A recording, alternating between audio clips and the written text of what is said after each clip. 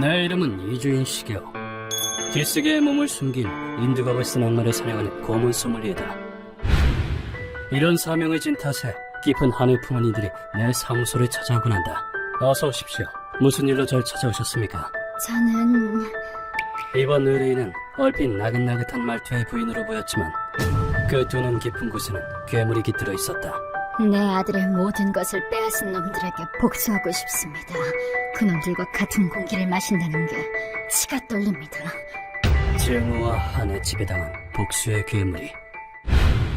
국교인가에서 카페를 운영하는 의뢰인은 슬아의 아들이 한 명 있었다. 다녀올게 엄마. 너무 무리하지 말고. 그래, 걱정 고맙다. 아들의 이름은 케이타. 대학을 막 졸업한 맘씨 착한 청년이었다. 아들이 3살이었을 때 의뢰인의 남편은 병으로 세상을 떠났다. 여보, 여태껏 살아줘서 고마워. 케이타는 내가 보란듯이 키울게. 아빠, 자? 남편이 남기고 간 외동아들을 의뢰인은 금쪽같이 여기며 키웠다. 케이타 씨는 노력 끝에 거대 자동차 기업에 취직했다. 관리직이 되려면 현장을 파악해둬야 돼. 공장 근무부터 시작해 일을 배워나갔고 온몸이 기름에 푹 젖도록 사륙을 다해 노력했다. 그런데 어느 날 출근한 케이타 씨는 늦은 밤이 되도록 집에 돌아오지 않았다. 얘가 왜 이렇게 안 오지? 이렇게 늦게 퇴근한 적이 없었는데. 처음엔 회사 사람과 얘기라도 하다가 늦는가 싶었지만 아침이 될 때까지 연락 한 통 없자 의뢰인은 무언가 문제가 생겼음을 깨달았다. 직장이 없다고요?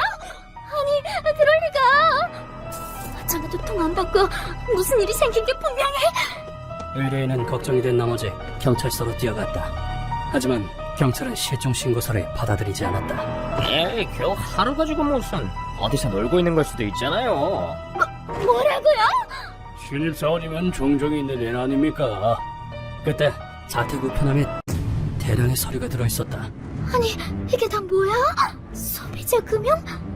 들어본 적도 없는 금융기관들이 보낸 우편. 그 모든 것이 케이타 씨의 부채 증명서였다. 코쿠엔가이에서 오랜 시간 카페를 운영했던 의뢰인은 보호비를 지급하는 형태로 야쿠자와 면식이 있었다. 아마기 씨, 제가 할 말이 있다고요? 네, 이치조 씨 말곤 털어놓을 사람이 없어요. 갑작스런 실종의 채무까지 그 착실한 케이타가요? 코쿠엔가이를 주름잡는 쿄고 구미의 정예 이치조 코메이였다. 그러니까요. 그럴 애가 아닌데 아무래도 뭔가 사건에 휘말린 것 같아요. 사정을 들은 이치조의 대답은 이러했다. 누군가가 케이타를 납치했을 겁니다. 틀림없어요. 이치조는 시간을 들여 송부된 자료를 읽었다. 그게 좀 있어. 많이 갈라지긴 했지만 틀림없이 케이타 씨의 목소리였다. 정황상 케이타 씨가 돈을 요구하리라고 이치조는 예상했다. 부탁이 뭔데? 모든 말만 하렴. 납치범들이 원하는 건 아마 돈이겠지. 그러나 엄마! 무슨 일이 있어도 이 사람들한테 돈 주면 안 돼! 난 이제 틀렸어. 그러니까 경찰에! 무슨 일이야? 케이타 씨의 비명과 무언가를 때리는 둔탁한 소리를 마지막으로 전화는 끊어졌다. 한시가 급한 상황이라고 판단한 이치조가 즉시 행동에 돌입했다. 코테츠, 지금 당장 대법처에 연락해서 아마게 케이타란 고객이 있는지 확인해. 누가 그 사람을 납치해갔어. 그 카페 사장님 자저분 말씀이시죠? 최우선으로 움직이겠습니다. 며칠 뒤 이치조가 또다시 의뢰인이 찾았다. 아마기 씨, 유감이지만 꼭 드릴 말씀이 있어서 왔습니다. 무슨 얘긴데 그래요? 무섭게. 안타깝게도 케이타 씨는 납치범들의 손에 의해 목숨을 잃었습니다. 이치조는 아들을 만나기 해주겠다며 의뢰인은 코쿠엔가의 교회의 산속으로 안내했다. 안돼! 케이타! 그곳에 있었던 건 무참히 변해버린 케이타 씨의 신체였다. 케이타 씨는 심한 폭행을 당했었고 몸의 80%가 화상으로 뒤덮여 있었다. 아드님은 여기에 매장돼 있었습니다. 위에 콘크리트가 부어진 채로. 어떻게 그러니? 범인들은 범행이 들키지 않도록 시신을 콘크리트로 굳혀 산속에 유기했다. 이치조는 대법체 서류에 사인하는 케이타 씨의 사진을 보여주었다. 대법체가 몰래 출항한 고객의 사진입니다.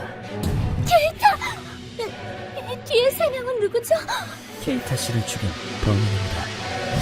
사진에 찍힌 사카모토라는 남자는 케이타 씨가 일하는 공장의 작업원이었다. 데이터! 서류 네모까지 처리해주라. 어? 알겠어요. 정직원의 시기했던 사카모토는 케이타 씨를 괴롭혀대곤 했었다. 복지적 출신이란 소문과 불성실한 근무 태도 때문에 다른 직원들은 사카모토를 멀리했다. 이놈의 거지 같은 직장. 기타, 이따 퇴근하고 한잔하자. 응? 네? 그래요. 그리고 사건 당일 사카모토는 케이타 씨에게 술을 마시자고 권했다. 하지만 그건 함정이었다. 내가 말했던 게 저놈이냐? 그렇습니다, 요시무라 씨. 사카모토를 따라간 곳에는 한눈에 보기에도 범상치 않은 남자들이 있었다. 사건의 주범인 요시무라는 사카모토가 몸담았던 복수족의 리더였다. 사카모토, 이번 달 월급 받았지? 10만 원만 빌려주라. 에? 그럼요. 요시무라 놈들은 케이타 씨를 가둬 억지로 채무를 지게 한 뒤 그 돈으로 놀고 먹고 마셨다. 그럼 벌써 신불자 됐더라? 이제 대출도 안 나오겠네. 어떡할까? 걔 부모 걸로 빌리면 되지. 부모한테 돈 빌려달라고 해. 그럼 목숨을 살려주지. 전화해. 남의 돈으로 놀고 먹는 삶에 익숙해진 놈들은 의뢰인에게 연락하려고 시켰다. 하지만 마지막 순간에 케이타 씨는 놈들의 뒤통수를 쳤다. 엄마, 난 이제 틀렸어. 경찰에! 모친을 말려들게 해봤자 어차피 자신은 죽게 될 것이란 걸 알고 있었기 때문에 오해 주제에 내 말을 거역해! 놈들은 케이타 씨를 살해하며 신신을 산에 유기했다. 아들의 사인을 듣고 의뢰인은 복수를 결심했다. 절대 용서 못해. 내 기필코 놈들을 차용대로 보내고 말 테다. 아마기 씨, 이 사건은 크나큰 문제가 있습니다. 경찰에 신고해봤자 아마 수사를 해주진 않을 겁니다. 주범인 요시무라의 부친은 고위급 경찰이었다. 이 멍청한 아들놈이 또 사고를 치다니! 그는 자신의 출세를 위해 과거에도 아들의 범죄를 몇 번 무마시킨 전적이 있었다. 우리가 직접 처리할 수 있으면 좋겠지만 경찰의 상층부는 건드릴 수 없으니 꼬리라도 잡혔다간 조직이 끝장날 테니까요. 그럼 실종 신고가 받아들여지지 않았던 이유도 위에 압력이 작용했던 거겠죠. 절망에 빠진 의뢰인에게 이치조가 이런 말을 던졌다. 대신 둘도 없는 외아들을 부조리하게 빼앗긴 어머니는 피를 토하듯이 통곡했다. 나는 그 모습을 차마 외면할 수 없었다. 알겠습니다. 당신의 한은 제가 책임지고 풀어드리겠습니다. 감사합니다. 부디 잘 부탁드리겠습니다. 이 원통함을 거두기 위해 고문 소믈리에가 존재하는 것이니까. 욕망의 눈이 멀어 무고한 사람을 짓밟고 재미삼아 목숨까지 빼앗은 죄. 니놈들의 백이 얼마나 대단하든 바로 나 이주인의 소나기에선 벗어날 수 없다. 끔찍한 죽음을 맞이하게 해주지. 장난으로 고문당하는 지옥을 몇 주배로 쳐서 맛보게 해주마. 의뢰인이 배웅하고 사무소를 나서자 나를 녹이는 약으로 하는데 찔리면 지옥 같은 고통을 느끼겠군요. 그렇다. 절대 편하게 가게 해선 안 돼. 너무 지독하게 고통받아야 한다. 그것이 나만의 방식. 악당에게 편안한 죽음은 어불성설이다. 나는 위압감을 뿜으며 이치조에게 단단히 일렀다. 이치조, 그리고 시작된 이치조 특유의 살인의식. 악당들이야 불화수소산으로 지옥의 고통을 겪게 되리니 이놈은 뭐야? 그걸 시라고 읽냐, 멍청아? 그게 사형 선고인 줄도 모르고 두 사람은 야비한 얼굴로 이치조를 깔보았다. 하지만 그 웃음소리는 뭐가 이래 빨라! 이치조는 그야말로 성광처럼 단숨에 놈들의 배를 갈랐다. 하지만 진짜 지옥은 여기서부터가 시작이었다. 상처가 다 들어가는 것 같아! 날에 묻힌 고농도의 불화수소산에 의해 상처가 짓물리기 시작한 것이다. 아비규환의 상황 속에서 이치조가 냉혹하게 말했다. 숨통은 끊지 않겠다. 케이트가 겪었던 고통만큼 너희도 죽을 때까지 괴로워해라.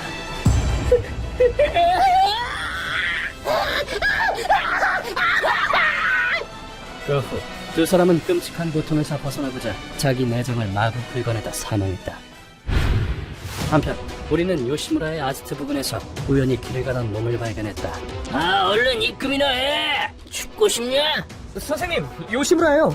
생긴 것보다 짜증나는데요? 동감이다. 에이! 이런 놈은 걷지도 못하게 다리를 분질러야 돼요! 동감이다. 이제 고문하러 가볼까요? 이런 인간은 죽어도 싸다고요? 동감이다. 작업은 수월했다. 우리는 신속히 놈의 신병을 확보했다. 고문실로 이동한 우리는 신속히 준비를 마쳤다. 기름을 뿌리겠습니다. 인간 쓰레기놈, 지금부터 진짜 지옥을 보여주마. 기름이 너무 뜨거운 듯 했지만 뭐 신경 쓸 필요는 없다. 그 어떤 악당이라도 후회하는 마음이 있는지 묻는 것이 내 신조다. 넌 아마기 케이타 씨의 돈을 갈취하고 죽인 뒤에 시신을 은폐했다. 아마기 케이타, 걔가 누군데? 뭐라고? 난 쓰레기를 봤나? 대답을 들을 필요도 없다. 너 같은 놈은 이를 다 부러뜨려야지! 얼마나 많은 사람을 희생시켰으면 피해자의 이름조차 못 외울까? 만 번을 죽여도 시원찮을 놈. 루카와 문 닫아. 우리 아빠가 누군지 알아? 경찰이야! 경찰! 알바 아니고요. 루카가 문을 닫자 요시무라의 얼굴에서 핏기가 싹 가셨다. 우리는 놈이 들어간 관에 대고 총을 조준했다. 화력 제대로 조정해. 처음엔 천천히 간다. 네? 이윽고 총구에서 붉은 화염이 뿜어져 나왔다. 어때? 어둠의 공포까지 맞물리니 아주 끔찍하지? 화염이 철로 만들어진 관을 감싸자 안에서 비명이 울려 퍼졌다. 고대 시대에는 인간을 철판이나 철망 위에서 굽는 화염이 존재했다. 바싹 태워주마! 이 이겨놓아봐! 내 신앙은 결코 떨리지 않았어! 가장 유명한 피해자로는 고대 로마의 기독교 사제 성 로렌스가 있다. 관 전체가 빨갛게 달궈지자 안에서 목숨을 구하라는 목소리가 들려왔다. 살려줘! 저 설계! 그러니까! 루카와 얼굴의 해치를 열어 열기로 모관이 손상되었는지 외치면은 용 매가리가 없었다. 너라고 마냥 악마는 아니니 놈에게 마지막 기회를 주기로 했다. 아주 잘 익었어요.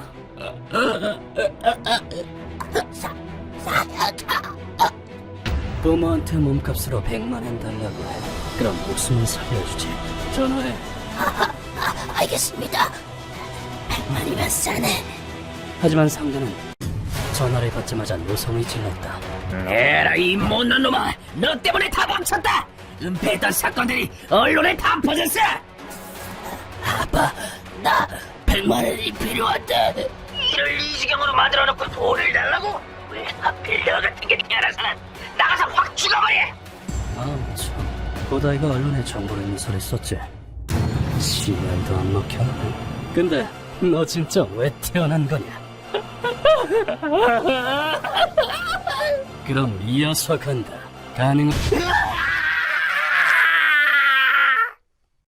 이로써 이번 의뢰는 막을 내렸다. 선생님, 요시무라의 부친이 투신했대요. 그래? 악당에게 딱 어울리는 최후르군. 이제 아마게 씨가 다시 앞으로 나아갈 수 있기를 빌지. 사랑하는 사람을 잃은 고통은 차마 헤아릴 수 없지만 꿋꿋이 살아간다면 언젠가는 극복할 수 있으리라고 나는 믿는다.